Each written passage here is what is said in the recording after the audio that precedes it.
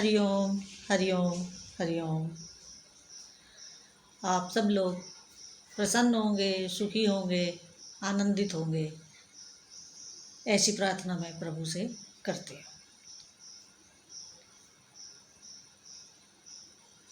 आज का हमारा विषय है कि मेरी गुरु माता स्वामी मुक्तिकानंद गिरी जी महाराज के गुरु भाई से एक दिव्य मुलाकात, एक दिव्य भेंट। इस चर्चा को मैं आगे बढ़ाऊं उससे पहले मेरा आपसे निवेदन है, अनुरोध है कि आप मेरे YouTube चैनल को, मुक्तामणि YouTube चैनल को अधिक से अधिक सब्सक्राइब करें, लाइक करें, शेयर करें। धन्यवाद। आज का जो विषय है वो बहुत रोचक है, बहुत अद्भुत है और घटित घटना है, सत्य घटना है। ये घटना 1986 की है, 1986 की। जो मेरी गुरु माता हैं उनके भाई, उनके छोटे भाई दुर्जय सेन गुप्ता, वो किसी कार्य से लखनऊ रेलवे स्टेशन पर गए हुए थे और लखनऊ रेलवे स्टेशन पर उनको पीछे से एक वृद्ध महात्मा थे।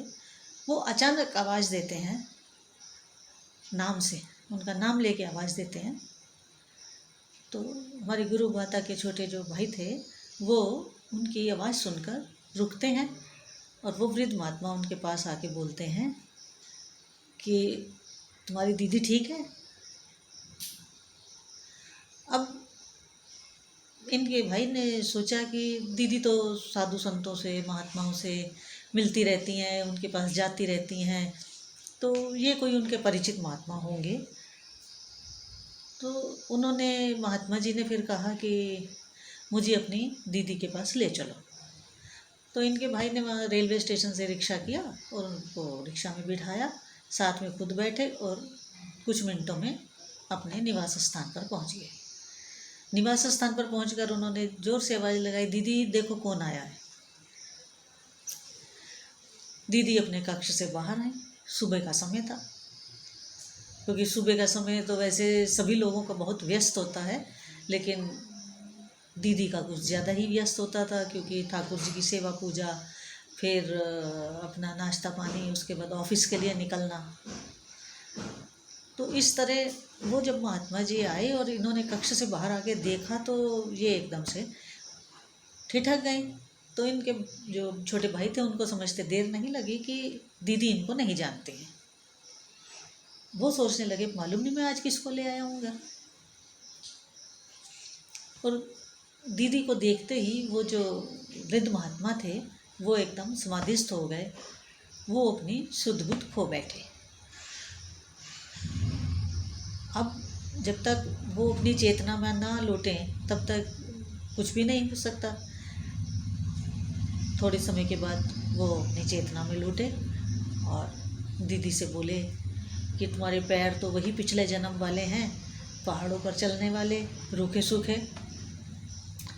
और मेरा गुरु भाई एक महिला शरीर में, स्त्री शरीर में, इस परिवार में और एक वैष्णव भक्त के रूप में मैं देखूंगा, ऐसी मैंने कल्पना नहीं की थी। तो वो जो महात्मा थे वो हमारी दीदी के पूर्व जन्म के गुरु भाई थे, दीदी के पूर्व जन्म के गुरु भाई थे। और उन महापुरुष का नाम स्वामी बिरजानंद गिरी था। और उनकी जोशी मठ में उनकी कुटिया थी, भजन कुटिया थी, जो वो दीदी को देना चाहते थे कि मैं अपना शरीर छोड़ने से पहले तुमको अपनी वो कुटिया देना चाहता हूँ। और स्वामी बिरजानंद जी ने ही बताया कि तुम्हारा पिछले जन्म का जो सन्यास का नाम था वो श्यामा था, श्यामा गिरी। अब वो महाराज जी 7 दिन तक इनके निवास स्थान पर रहे और वो अपने कमरे में ही ध्यान में, पूजा में, अपने उस दिनचर्या में रहते थे। और दीदी हमारी सुबह ऑफिस जाना, ठाकुर जी की सेवा करना, और जब शाम को ऑफिस से आना तब महात्मा जी के पास बैठना, ध्यान में बैठना। और स्वामी मुक्तिकानंद गिरी जी का कहना है कि जब वो ध्यान में उनके साथ बैठती थी तो उनके शरीर में एक सिहरन सी होती थी। वो सिहरन से इनको ऐसा महसूस होता था कि जैसे ये हिमालय की पहाड़ों की चोटियों पे घूम रहे हैं, किसी गुफा में बैठ के ध्यान भजन कर रहे हैं। और बिरजानंद जी के साथ ये भारत की प्राचीन आध्यात्मिक और यौगिक विद्याओं के ऊपर चर्चा वगैरह भी करते थे, जो कि इस वर्तमान समय में लगभग संत महात्माओं से लुप्त हो चुकी हैं। अब उन सारी क्रियाओं को यहाँ के महात्मा कम ही प्रयोग में ला रहे हैं। हाँ, ये सारी विद्याएं, ये सारी क्रियाएं, ये सब आध्यात्मिक जो ज्ञान है वो आज भी हिमालय के योगियों में, तिब्बत के योगियों में जीवित है, अभी भी पाया जाता है। विद्या तो कहीं नहीं जाती है, लुप्त हो जाए या कहीं वो, लेकिन विद्या तो रहती है, एक स्थान पे लुप्त होती है, दूसरे स्थान पे वो अवेलेबल होती है। खैर, जो इनके पूर्व जन्म के गुरु भाई थे, उन्होंने बताया कि भविष्य में तुमको अपने और भी गुरु भाई मिलेंगे जिनका कल्याण तुम्हारे ही द्वारा होना है। लेकिन इस सारे घटनाक्रम में मेरे को जो एक बात बहुत विचित्र लगी, और वो बात ये थी कि बिरजानंद जी इनके पूर्व जन्म के गुरु भाई थे। जो ये शरीर था मुक्तिकानंद जी वाला, मंदिरा सेन गुप्ता दी का, उसमें तो उन्होंने उनको देखा ही नहीं था।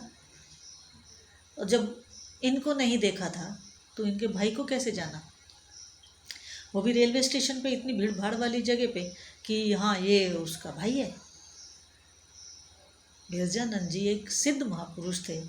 उन्होंने अपने तपोबल से, योग बल से ये जाना कि मेरे भाई, गुरु भाई का जन्म, श्यामा का जन्म, मेरे गुरु भाई श्यामा का जन्म कहाँ पर हुआ है, किस परिवार में हुआ है और किस शहर में मेरा गुरु भाई रहता है। ये सारी घटनाएं उन्होंने अपने योग बल और तप बल से जानी। अब इसमें ये भी देखिए, इनके जो छोटे भाई थे वो तो अचानक किसी कार्यवश रेलवे स्टेशन गए थे, लेकिन बिरजानंद जी को पहले ही ये जानकारी हो गई थी कि फला दिन फला समय ये जो है रेलवे स्टेशन आएगा, तो वो वहाँ पर उपस्थित थे। अब ये हम नहीं जानते कि वो अपने योग बल से उपस्थित हुए थे या वो किसी ट्रेन से आए थे, उन्होंने इसका वर्णन नहीं किया।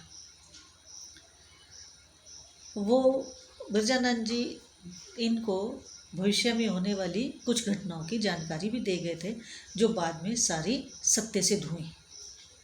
और मेरे को ये बताते हुए बहुत हर्ष हो रहा है, प्रसन्नता हो रही है कि बिरजानंद जी ने जो ये कहा कि आने वाले भविष्य में तुमको तुम्हारे गुरु भाई मिलेंगे जिनका कल्याण तुम्हारे द्वारा होगा, तो उन पूर्व जन्म के उन गुरु भाइयों में से एक मैं भी हूँ। और पिछले जन्म में भी हमारा नामा गिरी ही था और इस जन्म में भी हमारा गिरी ही है, मैत्रेयानंद गिरी, मुक्तिकानंद गिरी। और पिछले जन्म में भी मुक्तिकानंद जी का नाम श्यामा गिरी था। और उन पूर्व जन्म के जो उनके गुरु भाई थे, जो उन्होंने बताया कि और गुरु भाई भी तुम्हें मिलेंगे, उनमें एक मैं भी वो गुरु भाई हूँ। पिछले जन्म में हम गुरु भाई थे, इस जन्म में हम दोनों गुरु बहनें हैं, नाम हमारा गिरी ही है। तो ये जो एक विचित्र संयोग होते हैं, ये जो एक विचित्र घटनाएं घटती हैं, ये सब पूर्व निर्धारित होती हैं।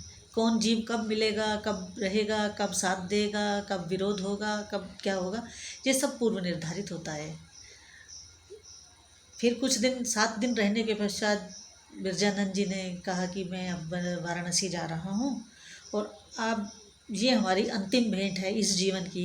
इस पूरे जीवन में अब दोबारा हमारी कभी भी कोई भेंट, कोई मुलाकात नहीं होगी और मैं अब बनारस में अपना शरीर त्यागने के लिए जा रहा हूँ। तो उसके कुछ समय के पश्चात वो इनके घर से, इनके निवास स्थान से वाराणसी के लिए प्रस्थान कर गए। फिर कुछ समय के पश्चात इनको एक दिन ध्यान में बैठे हुए इनको एक बहुत ज़ोर से झटका सा लगा, जैसे कोई अपना छूट जाता है अपने से। तो इन्होंने जब थोड़ा सा और गहरे में जा कर के जानने का प्रयास किया कि कौन छूटा है, किसका शरीर पूरा हो गया है, तो इनको 3 बार ओम ओम ओम की ध्वनि सुनाई दी और वो ध्वनि थी स्वामी बिरजानंद जी की, जो उस समय अपना शरीर त्याग रहे थे। वो काशी में, वाराणसी में अपना शरीर त्याग रहे थे, इनको लखनऊ में वो ध्वनि बिल्कुल साफ सुनाई दे रही थी। तो संत महात्माओं का तो ऐसा ही जीवन होता है, ऐसी ही इनकी सिद्धियां हैं। तो हमारा बहुत सौभाग्य है कि हमें इनका साथ मिला, इनका आशीर्वाद मिला और मिलता रहेगा, इसमें कोई शंका की बात ही नहीं है। इसमें बहुत सारी और भी ऐसी घटनाएं हैं इस मुलाकात की जो शायद इस सत्संग में, इस वीडियो में बताने के लायक मैं नहीं समझती हूँ, लेकिन जो एक मेन बात थी वो मैंने यहाँ चर्चा में रखी है। इसके साथ ही आज मैं अपनी वाणी को विराम देती हूँ और प्रार्थना यही करती हूँ कि आप सब लोगों को भी स्वामी बिरजानंद जी का, ब्रह्मलीन स्वामी बिरजानंद जी का आशीर्वाद मिले, उनका बहुत बहुत भरपूर आशीर्वाद प्राप्त हो, उनका सानिध्य भी मिले, क्योंकि कहीं नहीं जाते हैं सब लोग, अपना जहाँ चाहें वहाँ प्रकट हो सकते हैं। यही प्रार्थना करती हूँ कि आप सब लोग उनके चरणों में रहें, नमन करके रहें और उनका आशीर्वाद हासिल करने का प्रयास करें। धन्यवाद। हरिओम हरिओम।